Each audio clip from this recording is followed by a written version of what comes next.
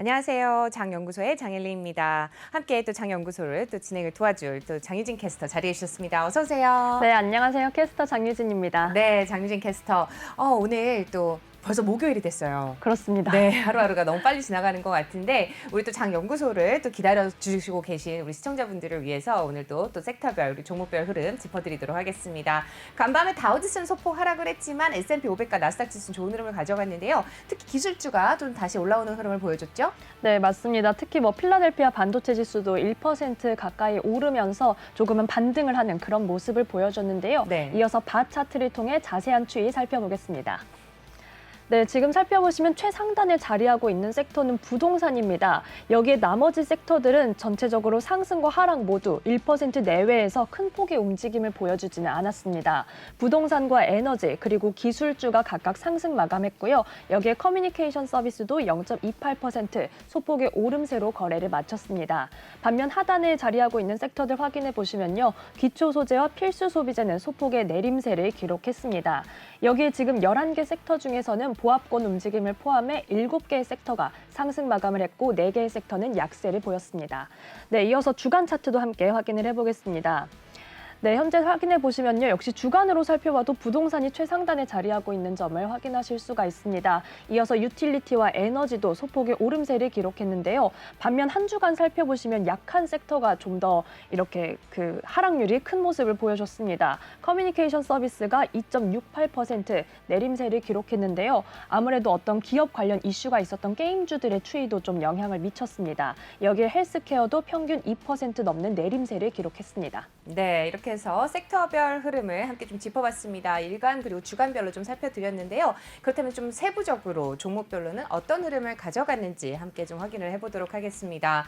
우선 가장 먼저 눈에 띄는 게 사실은 금융주인데요. 계속해서 며칠 동안 좋은 흐름을 가져갔던 금융주가 어제 금리가 밤 11시 11분까지 굉장히 큰 폭으로 상승을 했다가 다시 조금 하락해서 내려오는 흐름을 좀 보여줬습니다. 너무 급격하게 금리가 상승을 했던 게 아닌가라고 생각이 드는데요. 우리 함께 확인해 보시면 비자와 마스터카드를 포함한 금융주부터 살펴볼까요? 네, 지금 금융주는 말씀해 주신 것처럼 원래는 오름세를 가져가다가 FOMC 발표 이후에 하락세로 전환하는 그런 모습을 보여줬습니다. 아무래도 어떤 추수감사절 연휴를 앞두고 시장에서는 이 FOMC 의사록과 더불어서 경제 지표에 주시하는 분위기를 가져갔는데요. 여기에 연준은 인플레가 예상보다 장기화되고 있다. 하지만 그래도 내년에는 물가 상승률이 낮아질 것이다. 이런 식으로 내용을 내놓은 것으로 알려졌습니다. 주요 은행주들은 우선 약세로 거래를 마쳤습니다. 뱅크 오브 아메리카와 JP 모건도 등락이 조금 엇갈렸는데요. JP 모건은 0.7% 내외 내림세를 기록한 반면 뱅크 오브 아메리카는 소폭의 오름세 속에 거래 마쳤습니다. 여기에 시티그룹까지 함께 확인해 보겠습니다. 1% 넘게 약세 가져가면서 67달러 선에 거래를 마쳤습니다. 반면 살펴보시면 지금 크레딧 서비스에서는 비자와 마스터카드는 오름세를 가져갔습니다. 전일장에서 그간의 낙폭을 일부 만회하며 반등하는 기세를 가져갔는데요. 여기에 연일 상승불을 켜내는 모습 보여줬습니다. 비자 확인해 보시면요. 2% 넘게 탄력받으면서 200달러 선 회복하는 모습 보여줬습니다. 이어서 마스터카드도 만나보겠습니다. 역시 3% 넘게 탄력받으면서 오랜만에 340달러 선을 회복했습니다. 네, 비자와 마스터카드를 포함한 또 금융주 소식들 함께 좀 확인을 해보셨습니다. 지금 아무래도 국내 증시에서 외국인 매수세가 조금 들어오면서 금융주들이 어제까지 좀 잘 가는 흐름을 보여줬는데요. 아무래도 오늘은 좀 숨고르기를 하지 않을까라고 예측을 해볼 수 있겠습니다. 자, 금주에 이어서 우리 반도체 섹터도 함께 확인을 좀 해볼 텐데요. 반도체 섹터 어떤 흐름 가져갔을까요? 네, 반도체 현재 살펴보시면 우선 엔비디아와 AMD 싱그러운 초록불 켜내고 있는 점을 확인하실 수가 있는데요. 앞서 말씀드린 것처럼 여기에 필라델피아 반도체 지수도 상승세로 견인해 나가는 그런 모습 보여줬습니다. 먼저 엔비디아 관련된 소식 살펴보시면요. 지금 2% 거의 3% 가까이 탄력받으면서 326달러 선에 정규장 거래 마쳤습니다. 현지 투자 전문 매체인 모틀리플은 각 사업 부문이 빠르게 성장하고 있고 앞으로 새로운 시장 분야에서 선두 주자가 될 가능성이 굉장히 높다라고 분석한 것으로 전해졌습니다. 여기에 또 한 번 또 투자자들이 주목할 만한 새로운 소식이 있었는데요. 인공지능 페인팅 툴인 고갱2라는 이 툴을 좀 공개했다고 합니다. 그런데 굉장히 신기한 게 네. 형용사만 입력을 하면 이 단어를 가지고 그림을 생성해 준다라고 와, 합니다. 네. 어떤 뭐 아름다운 신기한 이런 그림을 그려주는 툴이라고 하는데요. 굉장히 또 흥미롭게 지켜볼 부분인 것 같습니다. 네, 고갱2라는 또 페인팅 툴을 개발을 했다고 하니까 관련 내용들 또 계속해서 전해드리도록 하겠습니다. 우리 반도체주 함께 살펴보고 있는데 엔비디아에 이어서 또 AMD도 함께 살펴볼까요? 네, AMD와 옆에 있는 자일링스까지 나란히 강세를 가져갔는데요. 네. AMD는 5% 넘게 탄력받는 흐름 보여줬습니다. 아무래도 한 이틀 정도 좀 약세 맞았죠. 흐름을 가져가다가 매수세가 유입된 것으로 분석되고 있는데요. 5%대 강세 속에 157달러 선의 정규장 거래 마쳤습니다. 이어서 자일링스도 함께 살펴보겠습니다. 4%대 오름세 기록하면서 230달러 선의 거래 마쳤습니다. 이어서 최근에 강한 모습 보여줬던 마이크론 테크놀로지와 인텔까지도 소폭의 상승 마감했습니다. 네, 이렇게 해서 반도체 섹터까지 좀 확인을 해보셨는데요. 간밤에 또 실적 발표를 한 기업들이 있습니다. 첫 번째 기업 살펴봐야 되겠죠? 네, 바로 소프트웨어 개발 업체인 오토데스크인데요. 어떤 CAD나 2D, 3D 이런 소프트웨어를 내놓는 업체라고 네. 합니다. 그런데 영업이익이 전년 대비 증가했음에도 불구하고 주가가 급락했는데요. 여기에 지금 투자 의견도 굉장히 오락가락한 상황입니다. 네. 지금 3개의 목표 주가가 나와 있는데 이 점을 모두 전달을 해드리겠습니다. 먼저 베어드는 신제품의 구독 증가율이 둔화하고 있다라면서 조금 아쉬운 전망을 내놨는데요. 투자 의견은 기존의 시장 수익 상회를 유지했지만 목표 주가는 380달러에서 307달러로 대폭 하향을 했습니다. 그리고 오펜하이머는 이번에 영업이익이 15% 정도 증가를 했지만 아주 강력한 호실적은 아니다. 그럼에도 불구하고 장기적인 전망은 낙관할 수 있다라고 분석을 했는데요. 목표 주가는 350에서 315달러로 하향을 했습니다. 마지막으로 모건 스탠리는 클라우드 시장이 둔화될 것으로 우려된다라면서 주가 상승력을 제한할 것이다 라고 분석했습니다. 기존의 목표 주가는 324달러였습니다. 그런데 344달러로 상향했다는 점도 함께 전달을 해드립니다. 네. 물론 현재가와 비교했을 때는 지금 상승 여력이 많이 남아있다고 분석되는데요. 그래도 기존에 아주 강하게 분석했던 것에 비하면 조금은 투자 의견이 조정되었다는 점을 확인해 보시면 좋겠습니다. 15%대의 급락세를 기록했습니다. 네, 굉장히 큰 폭으로 하락을 한 오토데스크 주가까지 좀 확인을 해보셨습니다.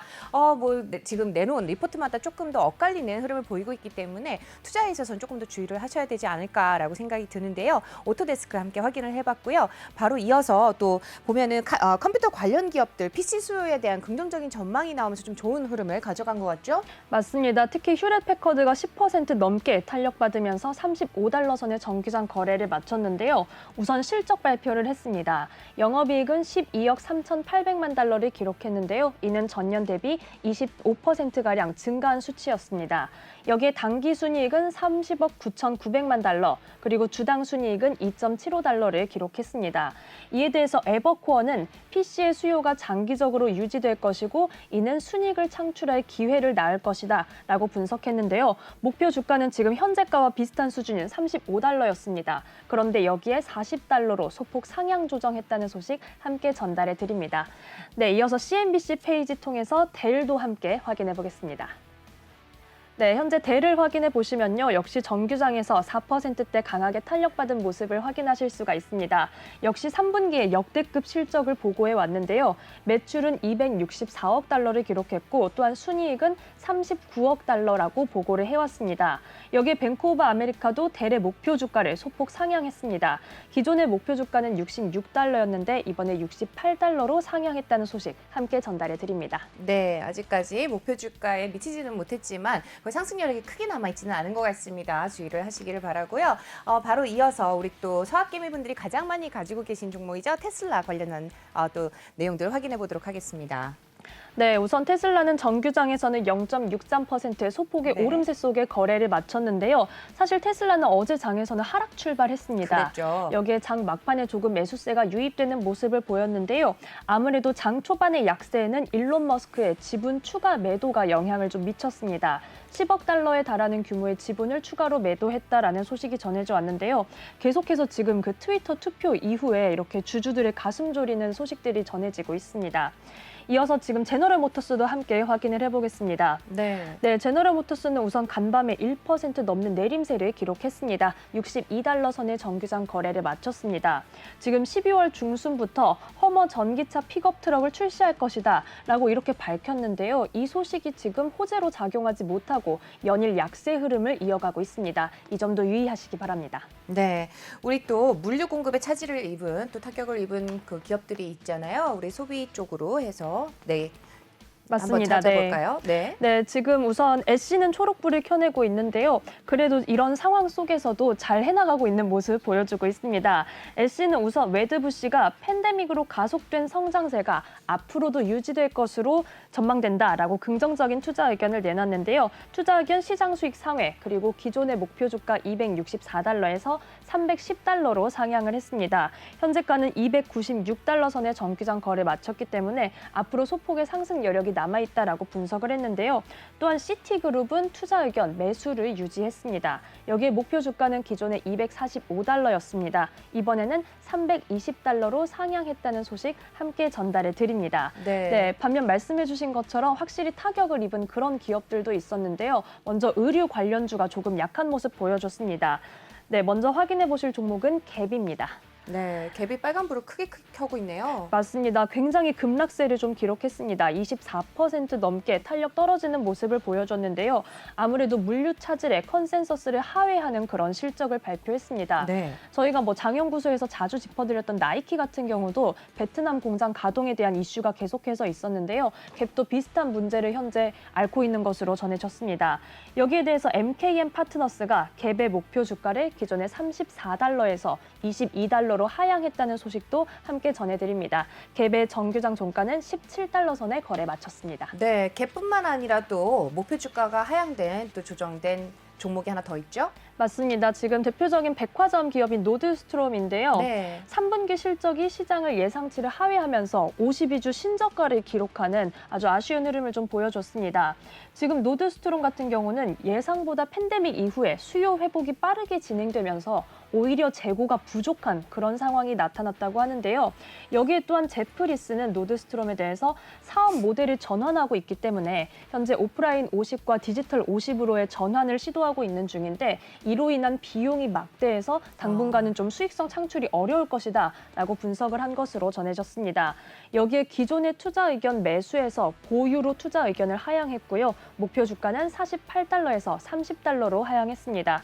노드스트롬은 간밤에 29%대 약세 속에 22달러 선의 정기장 거래 마쳤습니다. 네, 거의 뭐 30% 가까이 하락을 했습니다. 우리 이제 거의 막 하한가 맞았다고 할 수 있을 정도로 굉장히 큰 폭으로 하락한 흐름을 좀 확인해 보셨습니다. 당분간 좀 투자 시 유의를 하셔야 될 것 같고요. 우리 함께 또 살펴볼 종목, 네, 바로 디어입니다. 마지막으로 살펴볼 종목이죠?